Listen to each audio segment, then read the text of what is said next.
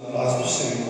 A paz do Senhor. Pedi perdão pelo meu atraso, mas é porque durante a semana é bem complicado, correria muito grande, mas hoje nós estamos às vésperas de uma viagem missionária, vou sair agora pela madrugada, então os preparativos eles tomam bastante nosso tempo.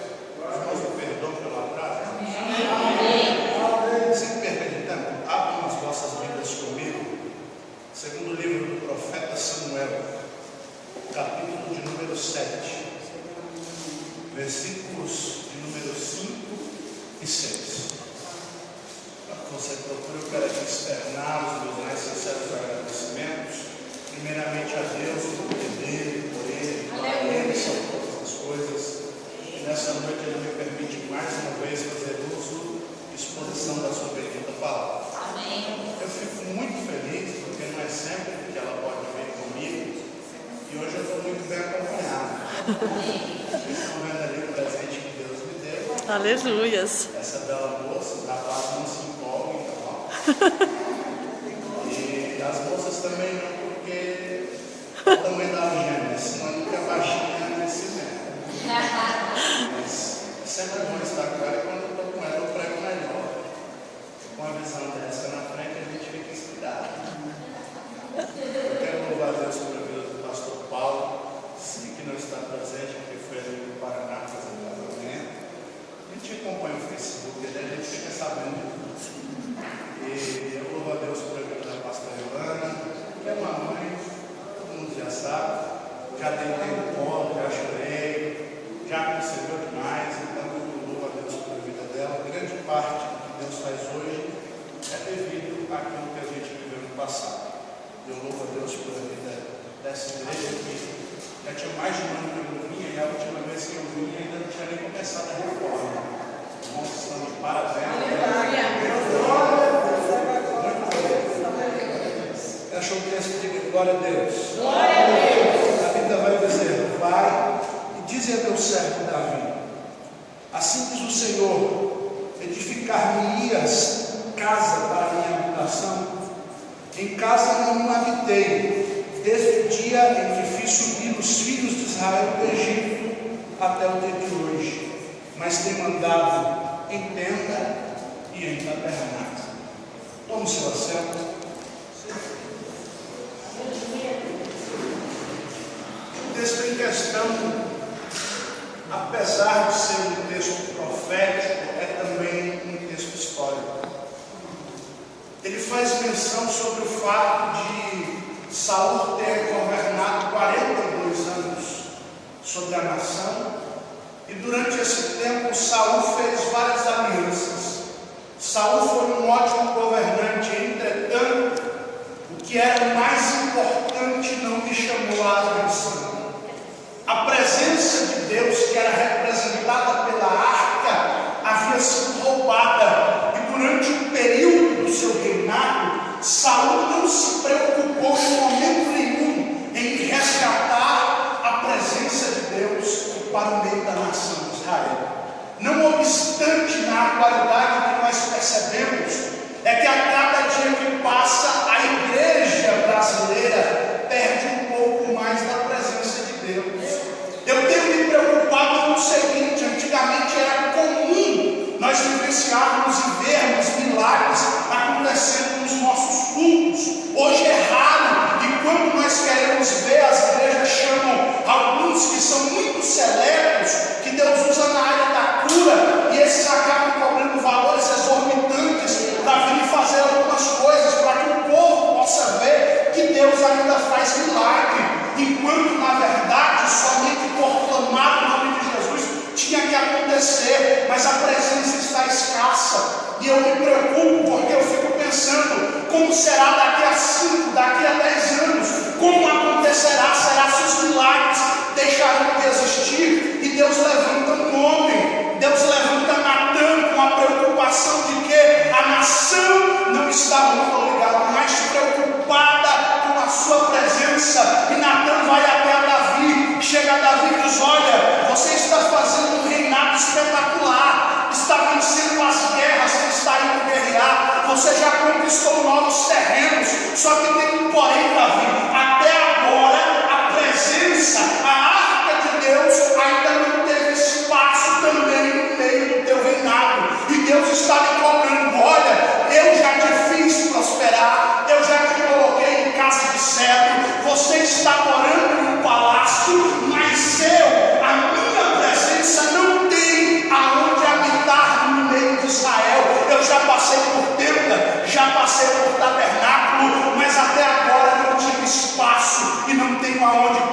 acontecer dentro dessa nação. Davi, quando é que você vai resolver construir algo?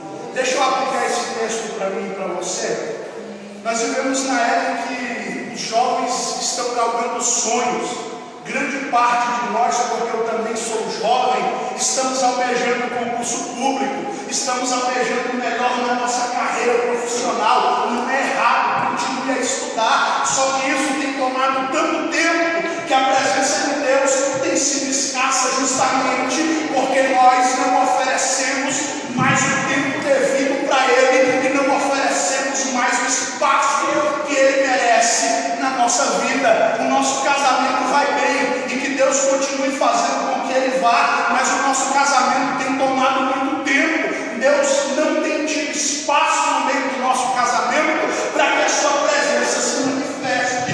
As nossas igrejas, não é errado, estão muito preocupadas em construir templos suntuosos, estão muito preocupadas em atrair as multidões, estão muito preocupadas em multiplicar o valor da entrada da renda mensal, estão muito preocupadas em ter carros importados na porta, no estacionamento, para poder chamar a atenção.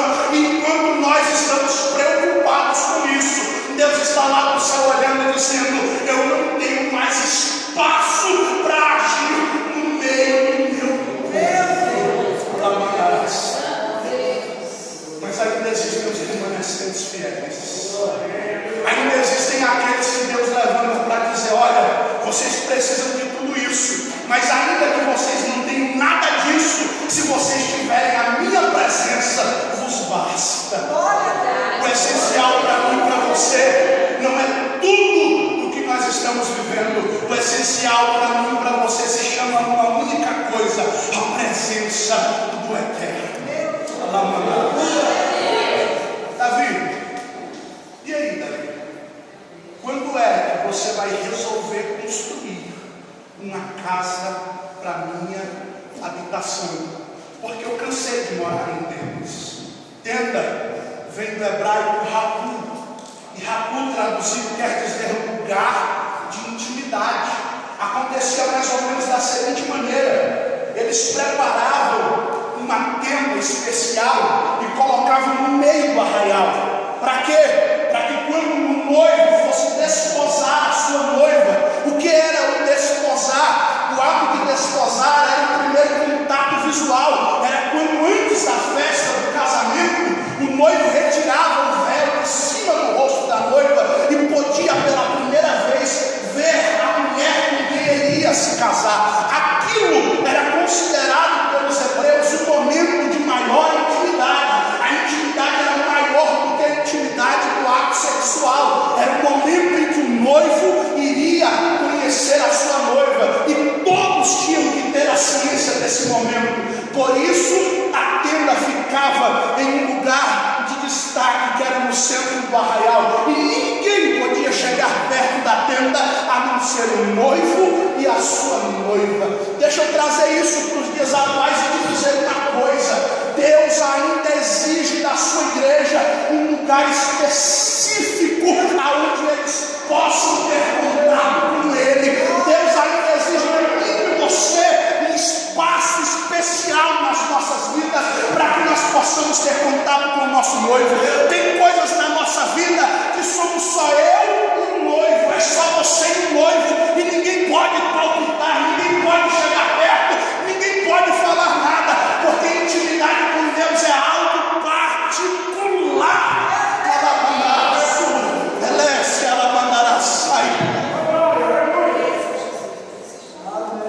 Só que o problema é que a tenda só ficava no meio do arraial enquanto havia pureza. O primeiro lugar aonde Deus resolve se comunicar com o homem face a face é dentro de uma tenda. A Bíblia vai dizer em Êxodo, a partir do capítulo 15, que havia uma tenda no meio do arraial, e nessa tenda Moisés entrava, e nela ele falava face a face com Deus. Ninguém conseguia chegar perto da tenda por causa da intensidade, da força, da presença de Deus que ali estava. Deixa eu profetizar algo sobre a tua assim com a tua mão. Deus ainda tem tenda no meio da nossa casa. Deus ainda tem tenda no meio dessa igreja. E deixa eu te dizer uma coisa: a intensidade da presença de Deus vai se tornar tão grande que muita gente que ainda está perto de você não vai mais querer ficar, porque não vão suportar a presença de Deus que está sobre a tua vida. A força da presença de Deus vai ser tão grande que as festas demoníacas que têm operado contra a vida vão bater em retirada e não vão suportar mais ficar perto de você. Tem alguém aqui que acredita nessa palavra? Dá um grito de glória.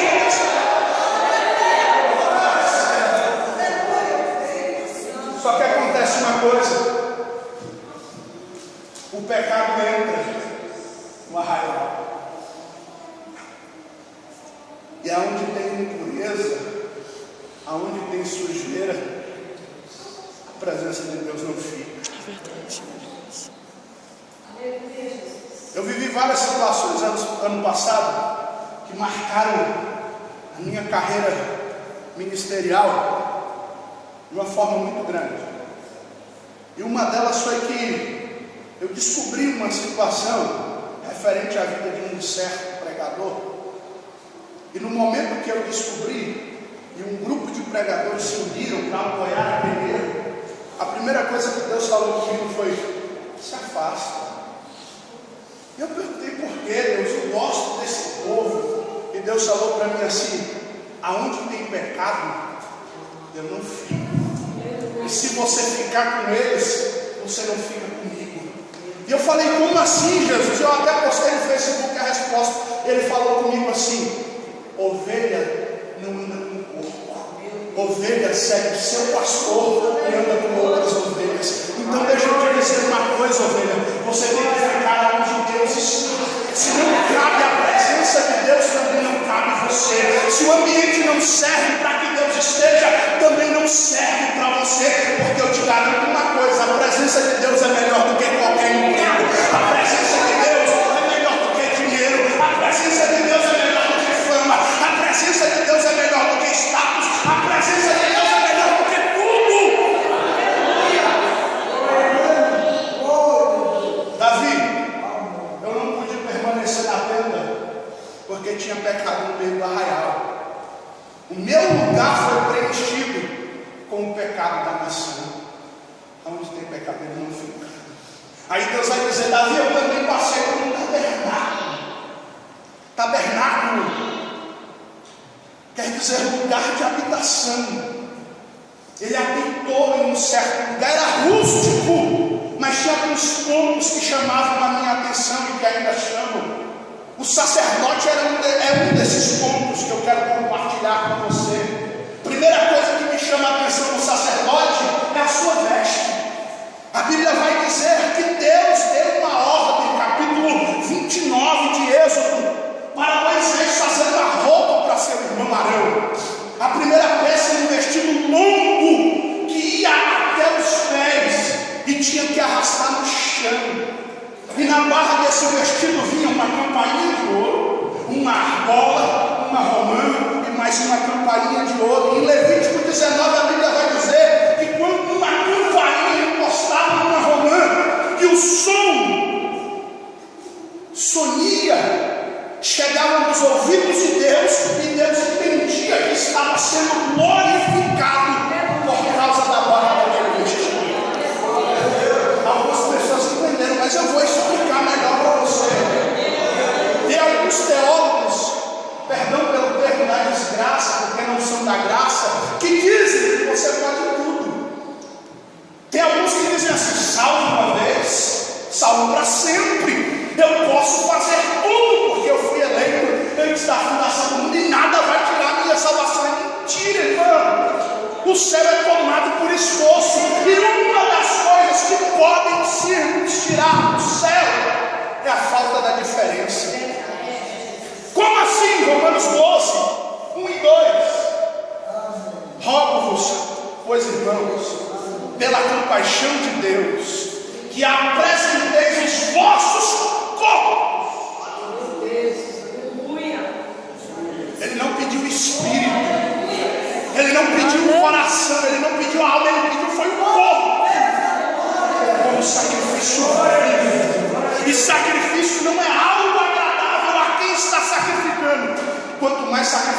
falar do corpo. E lá no verso 12 ele começa: não vos conformeis. Do sentido da língua grega é literalmente ir na contramão da moda, do mundo, das tradições mundanas. Não vos conformeis com este mundo. O que mais chamava a atenção do sacerdote era a sua, vou falar de novo, a sua roupa. O que mais chamava a atenção do sacerdote era a sua, pelo amor de Deus, meu irmão, eu estou mais cansado que você. O que mais chamava a atenção do sacerdote era a sua, responda, irmão, senão eu paro de pregar. O que mais chamava a atenção do sacerdote era a sua, doeu. E tem muita gente que diz que não tem importância não, isso é o meu coração. Ali na porta está escrito açougue. Não, está escrito igreja. Eclesia, no grego, que quer dizer retirados para fora. Aleluia. No mundo, nas tradições, nos costumes, na forma de se vestir. Eu e você precisamos ser diferentes. Tinha um peitoral de 25 centímetros quadrados, com 12 pedras. Cada pedra é um nome dos filhos de Israel. E a Bíblia vai dizer que quando aqueles homens precisavam de um conselho da parte de Deus, eles pegavam essa peça da roupa do sumo sacerdote, colocavam diante de todos no pátio do tabernáculo. E o que eles faziam? Eles clamavam a Deus em alta voz. E a minha Bíblia vai dizer que daquela peça saía fogo. Aleluia! Pentecostal que já entendeu, mas deixa eu te dizer uma coisa: sabe por onde que o crente é guiado? O crente só pode ser guiado, pastor Ivana, pelo meio do fogo. Me perdoe os tradicionais, me perdoe os sobeterianos. Eu não quero saber de quem não quer saber dos dons. Eu quero saber de uma coisa: eu, a minha vida, a minha casa, o meu ministério, somos guiados pelo fogo. E eu acredito que você também. Aonde estão os guiados pelo fogo nessa noite? E depois do fogo, a Bíblia vai dizer que Deus falava literalmente com eles. Irmão, eu sei que Deus faz, mas pode ter oração para emagrecer, pode ter quem olhe para aparecer dentro de ouro. Eu particularmente só acredito vendo, porque eu já pedi para uns 3 que oram para emagrecer, orar por mim, e eu estou gordo até hoje. Mas vou te dizer uma coisa: pode aparecer qualquer vento de profecia, qualquer movimento neopentecostal por aí. Esses dias eu vi no Face uma coisa que me atordoou. Uma moça mandou fazer uma espada de isopor desse tamanho e disse que a espada era a espada do arcanjo Miguel. Misericórdia, Jesus amado. Porque se fosse mesmo ela já estava morta. Com certeza, aleluia. Tem gente por aí sendo levado por vento de profecia. Nem tudo que é revelação, porque revelar Kodak revela. É muito fácil você entrar no Facebook e sondar a tua vida. Nem tudo que é profecia vem de Deus, grande parte é profetada mesmo. É muito fácil profetizar hoje em dia. Sabe aonde são as respostas que você precisa? Sabe onde está o guia prático?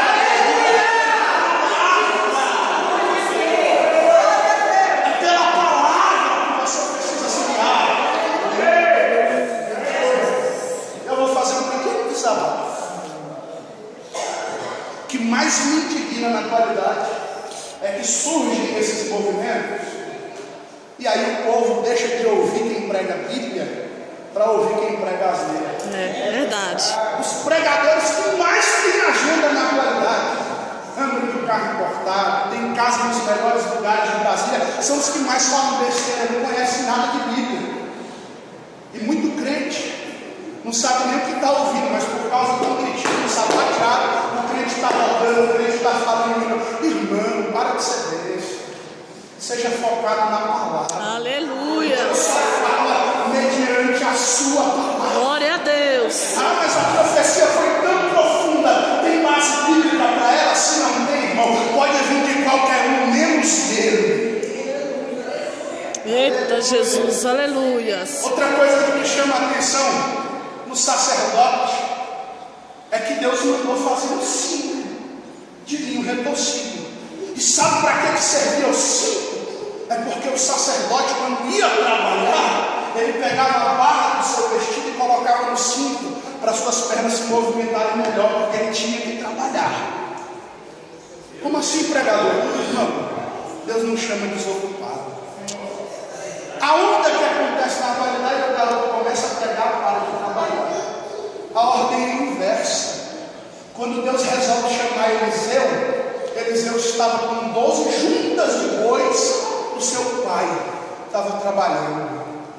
Quando Deus resolve chamar Davi, aonde Davi estava? Estava no campo, pastoreando as ovelhas do seu pai. Aleluias. Deus não tem parte com os ocupados. Deixa eu te falar uma coisa, tem uma onda de vagabundagem por aí. Vou viver no ministério, vai passar prova, vai passar dificuldade, não vai entender por quê, porque deixou de trabalhar e está sendo vagabundo. Tem muita gente que diz que o trabalho foi a maldição do ego, hipócrita, mentiroso e herege. Trabalho é presente de Deus, e a Bíblia diz que tudo aquilo que fizeres aos homens, façai como se estivesse Fazendo fazendo para a Deus. Deus. Aleluias. Glória a Deus.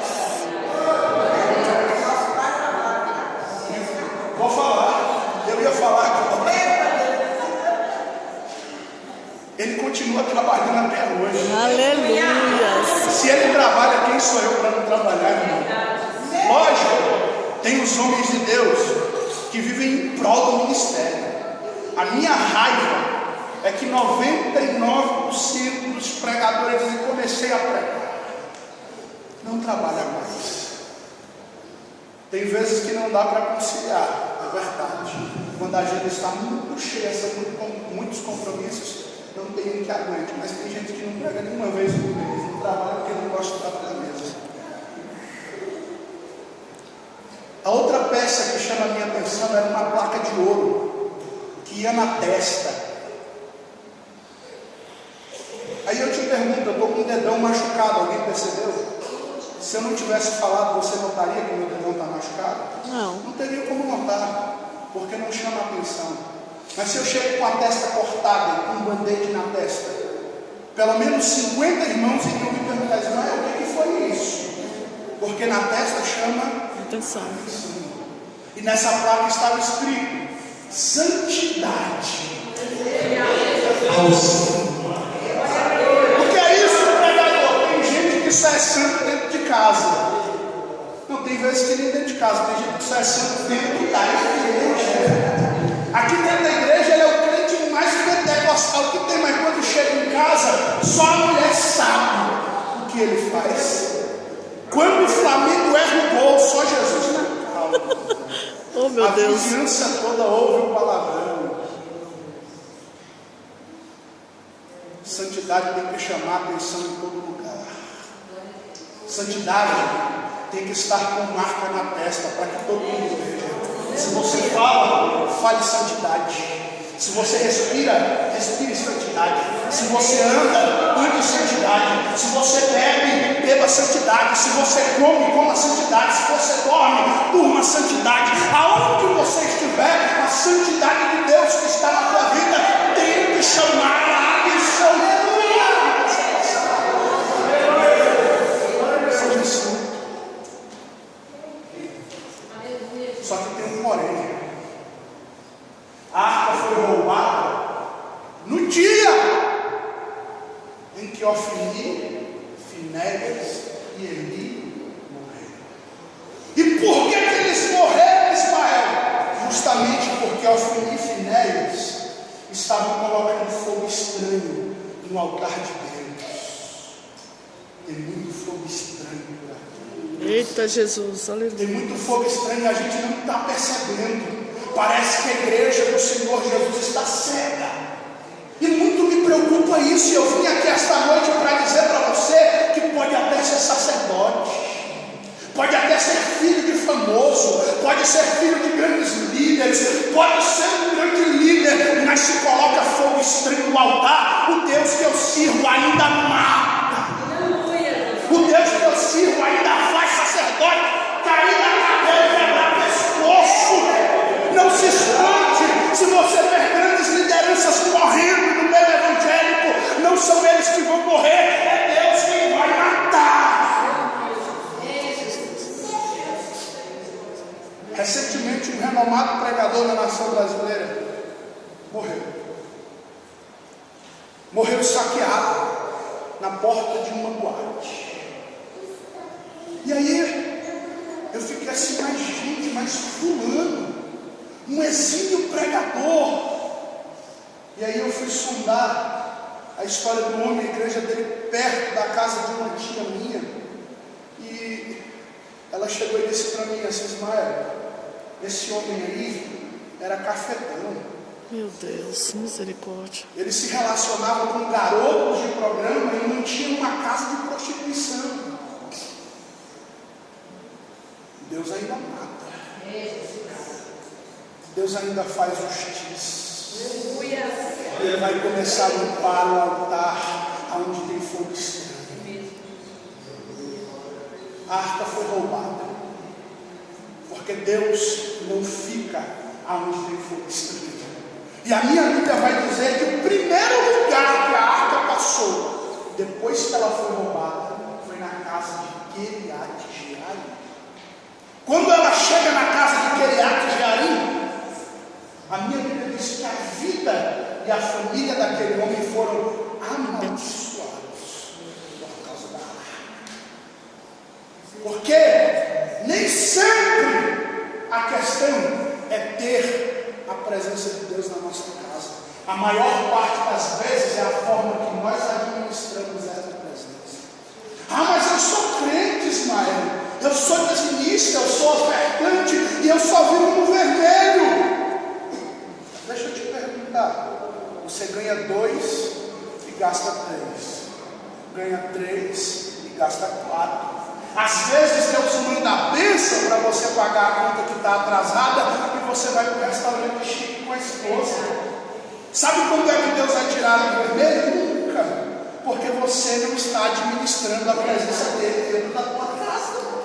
E aí se torna um ciclo vicioso. Deus abençoa, a gente não administra, entra no vermelho de novo, Deus abençoa de novo, e aí vai se tornando um ciclo vicioso, e a gente vive sempre nessa. Mas Deus não me abençoa nunca. Mentira, Ele está te abençoando todo dia e você não está sabendo administrar as bênçãos dele sobre a tua vida. Aí a arca sai da casa de Queriat Jearim e vai parar na casa de Obed. Vamos entender. Obed, traduzido quer dizer escravo. Edom é porque ele era da tribo dos Edomitas, descendente de Esaú. Esaú era ruivo, avermelhado. Edom é uma transliteração do aramaico para o hebraico do nome Adão, porque acredita-se que Adão era avermelhado. Salmo 51:10, Davi, que era ruivo, vai dizer: fui gerado em pecado, nasci em pecado. Tudo por fato de que ele era ruivo, avermelhado. Os homens acreditavam que aquele que nascia ruivo, ele era fonte de pecado, já nascia em pecado e eram rejeitados pelos homens. Agora mensure você a condição de Obed-Edom, um escravo ruivo. Ou seja, era rejeitado pela sociedade de todas as formas. E olha onde a arca vai parar: na casa de um escravo rejeitado pela sociedade. Sabe por quê? A presença de Deus não se preocupa com status. A presença de Deus não se preocupa com fama. A presença de Deus não se preocupa com a sua quantia de pecúnia monetária que está no banco. Ele não quer saber o tamanho da tua conta. Ele não quer saber a casa que você mora. Ele não quer saber o carro que você anda, não. Ele não está preocupado com nada disso. Para ele pode ser branco ou pode ser preto, pode ser alto ou baixo, gordo ou magro, pode ser cego e enxergar, pode ser o que for. A presença de Deus não faz acepção de pessoas.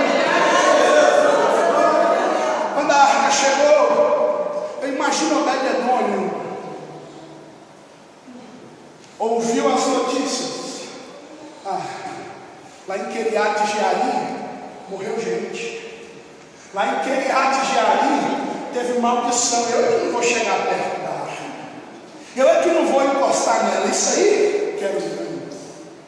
Tem gente muito equivocada concernente à presença de Deus. E nem sabe o que está perto. Tem crente dentro da igreja que só é crente por conveniência. Virou moda ser evangélico. Então eu vou virar evangélico.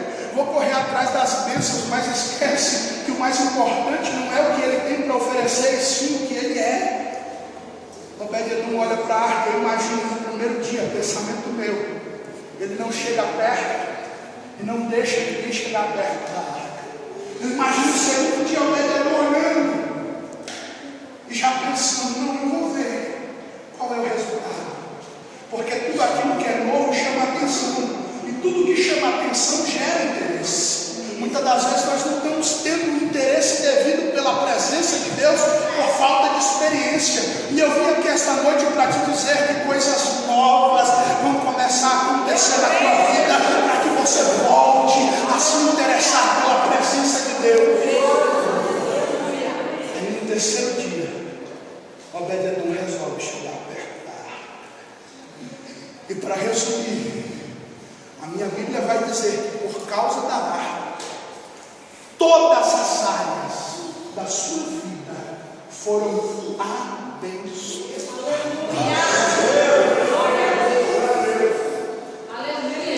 Ismael, meu marido ainda não é crente.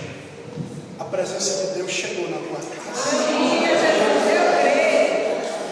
Ismael, eu estou desempregado. A presença de Deus chegou na tua casa hoje. Ismael, eu estou fraco. A presença de Deus chegou na tua casa hoje. Ismael, eu já perdi as esperanças. A presença de Deus chegou na tua casa hoje. Ismael, eu sou doente. A presença de Deus chegou na tua casa hoje. Deus acabou de entrar na tua casa. E quando a presença dele chega, todas as áreas da nossa vida são abençoadas. Quem recebe essa palavra, levanta a mão.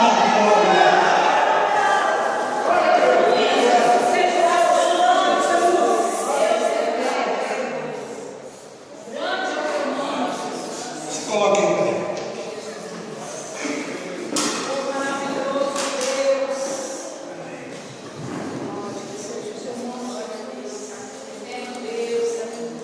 A Bíblia vai dizer que Davi foi buscar. Davi se preocupou em resgatar a presença de Deus. E Deus está levantando nessa geração homens e mulheres que vão resgatar de fato a sua presença para o meio da igreja brasileira. Eu só tenho um compromisso com Deus. Tem mais um com a verdade. Falaram assim: Ismael, muda o teor das tuas pregações que a sua agenda vai aumentar. A minha resposta foi: não estou à procura de agenda, irmão. Aleluia. Sinceramente, não estou à procura de compromissos, de pregações, não estou à procura. O meu foco é o céu. Posso nunca mais pregar dentro de uma igreja. Te garanto uma coisa: não vão faltar esquinas, não vão faltar rodoviárias, não vão faltar serviços para poder ouvir a palavra de Deus. Deus vai levantar homens e mulheres para resgatar a sua presença. Eu quero orar por você nesta noite. Você que entrou nessa campanha porque a situação da tua família está crítica. E você precisa que a arca de Deus habite na tua casa. Você precisa sair daqui nesta noite levando a arca de Deus para a tua casa, para que as coisas lá sejam resolvidas. Corre aqui na frente. Eu quero orar com você.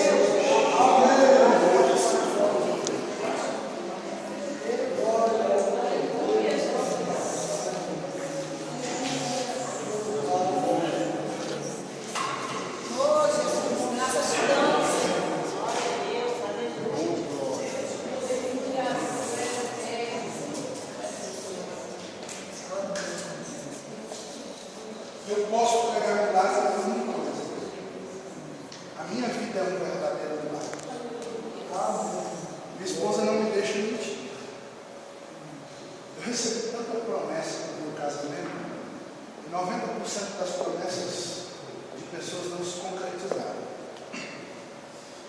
Muitos presentes que iam chegar, não chegaram. Eu saí para minha lua de mel, eu estava dentro de casa com um fogão, um sofá. O que mais que tinha, amor? Era o fogão, o sofá e a mesa de jantar, né?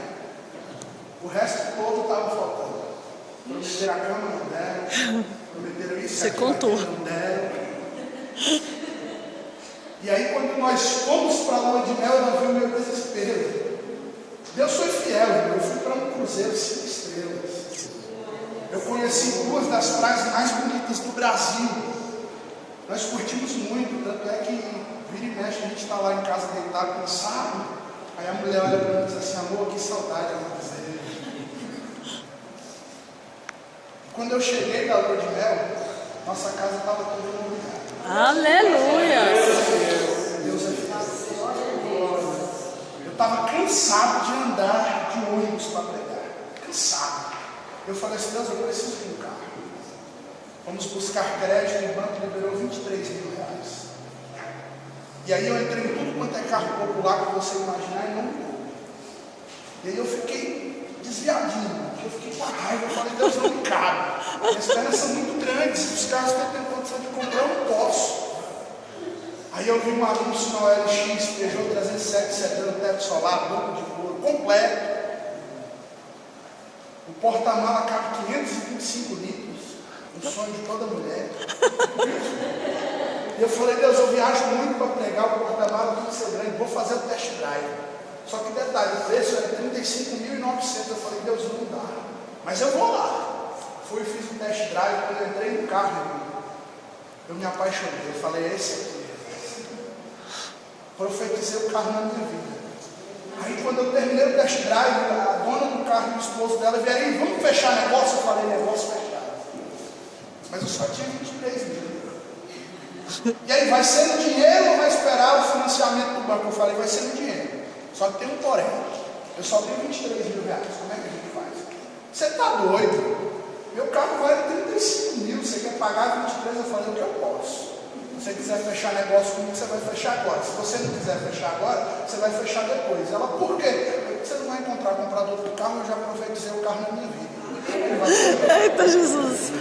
Ela olhou assim: para de jogar praga. Eu falei: não estou jogando praga não, senhor. Eu estou profetizando na minha vida. Ela: e que diabo é isso de profetizar? Não era crente. Eu falei: você vai entender o dia que você passar o carro pro meu nome. Aí você vai saber o que é profetizar. Passaram-se 32 dias.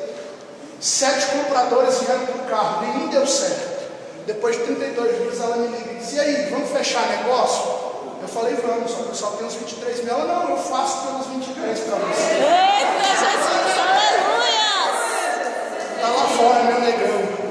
Glória a Deus, aleluia! Jesus é bom. Aleluia! Ele faz milagres. Eu passei 6 meses com a agenda muito cheia. E eu estava dedicando meu tempo somente para o ministério, porque eu não estava tendo como conciliar ministério e trabalho. Eu estava pregando todos os dias. E tinha dias que eu pregava 3, 4 vezes. Então não dava. E aí aparecendo o filho do cão. É filho do cão. Quem faz fofoca, quem difama, é filho de qualquer um menos de Deus. E aí ele disse que a Alexandra estava grávida. Eu estou esperando esse filho até hoje. Vamos completar 9 meses de casamento. Eu casei virgem, ela também casou virgem. Eita, Jesus! Muitas agendas sumiram. Começaram a desmarcar tudo, pastor.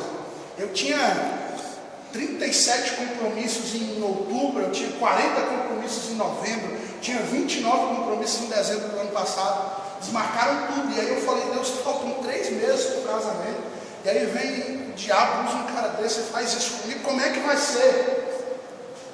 Deus vai e abre uma porta. Pensa numa porta boa, irmão. Trabalhar sem horário, ganhando bem. Aleluia! Detalhe, a empresa ainda enche o meu congelador de carne, de frango. Eita, Deus! Jesus é bom. Minha sala virou praticamente um gabinete pastoral com os meus companheiros de trabalho. E eu falo assim, Jesus, o Senhor é bom demais, Ele cuida da gente nos mínimos detalhes. Eu só vim aqui essa noite para profetizar que Deus vai entrar na tua casa. Deus vai agir no meio da tua família. O que é que eu preciso, Ismael? Você só precisa de fé.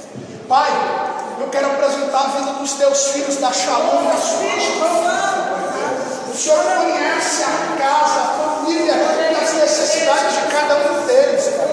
E eu quero profetizar um milagre sobre a vida deles nessa noite. Deus, eu não quero me prolongar mais, porque eu creio que no pouco o Senhor também faz. Então, age na vida deles nessa noite, Pai.